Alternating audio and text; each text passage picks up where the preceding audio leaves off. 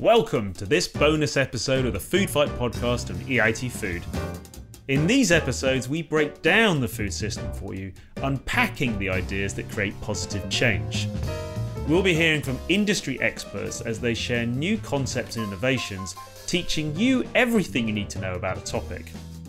Without further ado, let's get into it. Hi, my name is Sebastian Schultheiss. I'm the Managing Director of Computomics, and today I'm going to tell you all about plant breeding and its combination with artificial intelligence.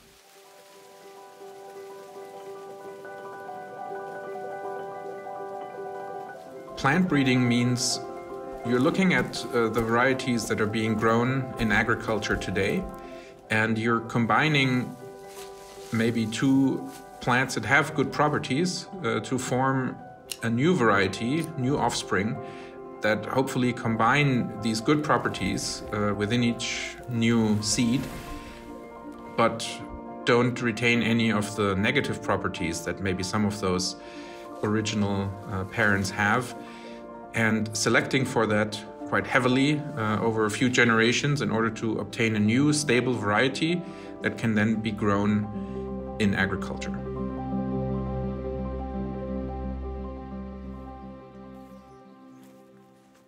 Plant breeding originally started with simply selecting varieties that you can see on the field and keeping their seeds of the ones that really performed the very best in that year, and trying to keep those alive, keeping them maybe for even the season next and the one after that became sort of a job in of itself, not related to farming for food, but really related to supplying these seeds to farmers.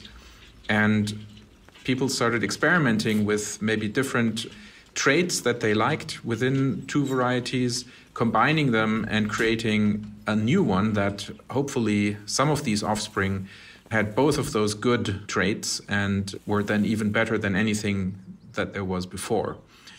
In recent years, with the help of genotyping, basically assessing a plant's genetics, we are able to make some inference about how these plants are going to perform. The current state-of-the-art statistical approach is to simply look at good performers in the past family tree, basically. And if you have something that's related to a good performer, you're likely to get another good performer out of that cross. Unfortunately, that often leads to really narrowing down the genetics. And in the end, you're painting yourself into a corner, if you will, with things that are very related to each other, but that no longer have any genetic diversity of coping with maybe hotter and drier climates or other kinds of challenges.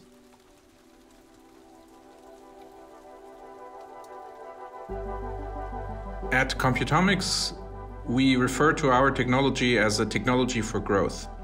That means we are enabling our customers to really see beyond maybe the regions where they have been growing their varieties before, see beyond the combinations that they have been trying before with very successful varieties to maybe create something entirely new by combining two very unusual varieties to create something completely novel and maybe extremely resilient against certain climate influences. We are also seeing that food and everything that has to do with it is, of course, a very conservative area. People just like to have their own staple food, their favorite dish, just the way that maybe their ancestors prepared it even. And the way that we are approaching this is, on the one hand, we do want to ensure supply chain continuity, but there also has to be a certain adaptation for the kind of growth that we're seeing within our population, an openness to using all the technology that we have available in order to grow more sustainably and to grow maybe new varieties that have additional properties that can really help in ensuring that we can feed all 10 billion people that we will be by 2050. Farmers will be often the first people in a country to see the effects of climate change because they're working with the same crops year in, year out. And when there is a certain trend they can observe, They will probably shy away from certain kinds of crops that maybe don't do so well in drought conditions and veer more towards crops that are very resilient against that. And the more people are doing that, the more certain commodities available and others might disappear again. We've often seen that farming practices lead to varieties maybe disappearing completely or even whole species disappearing from certain regions because farmers simply didn't grow them anymore. This kind of loss of diversity is, of course, alarming to anyone who thinks about maybe we do have to be ready for certain new environmental changes. So safeguarding biodiversity is an important step. And what we could tell farmers is really to see what kinds of crops and what kinds of species really fit well towards the whole combination that they are looking at in terms of the machines that they have, the practices that they're usually using, of course, the climate and weather conditions and the soil that they have available. And making this really the perfect match, that's one of our technology's goals. That's where we are developing this in order to select from all of the varieties that are available to a farmer to choose the best one in that year that will give them, for example, the best wheat variety that they could be planting in the coming year. We need plant breeding in order to really be adapted to the latest weather and climate conditions that have changed over the last 10,000 years that we have been doing this.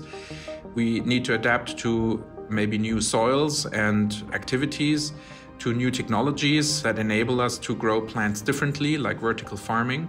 We also need plant breeding because we don't have any more space in the world to use for agriculture. We've basically maxed out every viable piece of land.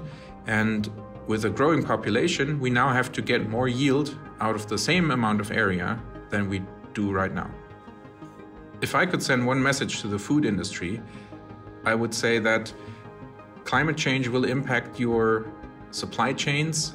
Therefore, breeding for new varieties now is going to be extremely important for the future.